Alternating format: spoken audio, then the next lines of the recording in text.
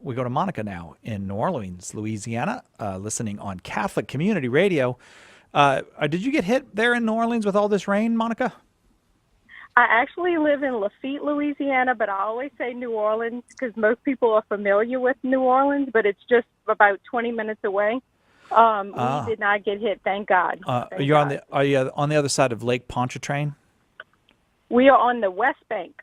Oh, yeah. Okay. West Bank, yes. I only know about that because I'm a big fan of Walker Percy. Do you know who Walker Percy is? Oh, yeah. No. Oh, a great Catholic novelist. Sorry. No, this is years ago. He lived down there on Lake Pontchartrain. Well, I'm glad you didn't get swept away. What's your question for Brandon Vaught? Okay. I'm trying to share the faith by being a catechist. Great. And I was really dumbfounded when I found out that some Catholics believe that, well, I guess we're allowed to believe the way they talked about it, that we're allowed to believe in evolution. I believed, and I was taught from kindergarten to 8th grade in Catholic school, that we came from Adam and Eve, and that was the story. And now I'm learning through going to classes that, oh no, we came from apes, and the only difference is God put a soul in one of them, and there was the first man. And I was completely floored, and I said, I'm not teaching my catechism students that way. So I'm just wondering, what is the way? That's a great question and a loaded one, a controversial one. Let me say a few things. First of all, I think you were told correctly that the church doesn't have an official position or an official teaching on biological evolution, on whether various life forms developed over time. Even concerning human evolution, the church magisterially, meaning officially, is neutral, with a very important exception that even if man's body developed from previous biological forms, man's soul was a special creation by God. So the soul didn't develop out of natural causes. The soul's immaterial and was placed there by God.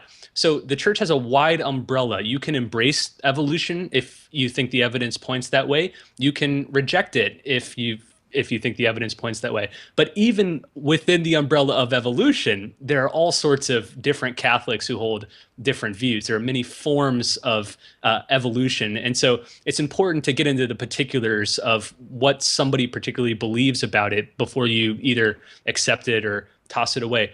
Let me give you a couple of resources, though, that I found very helpful on this question. The first one is probably the one you want to start with. It's Pope Pius XII's encyclical Humanae Generis, which talks about the origins of man. And in there, I think it's sort of the foundational Catholic teaching on these questions. So you want to start there. It's a fairly simple and short read. It shouldn't take you too long. So start with that document so you can get the foundation. Then from there, if you're looking for some good books, let me recommend two. One is a book by Cardinal Christoph Schonborn, and I think it's called Chance or Nothing, or Creation or Nothing, something to that effect. But he wrote a great book on evolution and the origins of man. So pick up Cardinal Schonborn's book. And then finally, Pope Benedict XVI has a book that's sort of a collection of essays called In the Beginning. I believe he wrote it before he was Pope, and it was sort of based on a symposium held at the Vatican about the question of evolution, and then Joseph Ratzinger collected his thoughts. So pick up that book called In the Beginning, and I think these three resources will give you a much clearer picture about what the Church does and does not teach about evolution. Does that help you, Monica? Yeah, I have one more little question, if you don't mind. Okay, so I get, different people's opinions, but then I also saw this YouTube video from Ian, I-A-N, Catholic, and it was, speaking on the matter. And he was saying, well, if you kind of discredit the whole thing about Adam and Eve, you totally miss the original sin with, the serpent, and it might not have been an apple, and I understand that, but you kind of missed that whole story of original sin. Yeah, again, I'd point you to Pope Pius XII's encyclical Humanae Generis, because he takes up the question of the historical importance of Adam and Eve Also, there's a really, really good tract or article on Adam, Eve, and evolution on Catholic Answers website. So go to Catholic.com, search for either evolution or Adam and Eve, and you'll find a pretty lengthy but very clear and clarifying article on these questions, especially on the historicity of Adam and Eve. So I'd point you there. Okay, Monica. God bless you. Thank you. You too. Thanks very, very much there.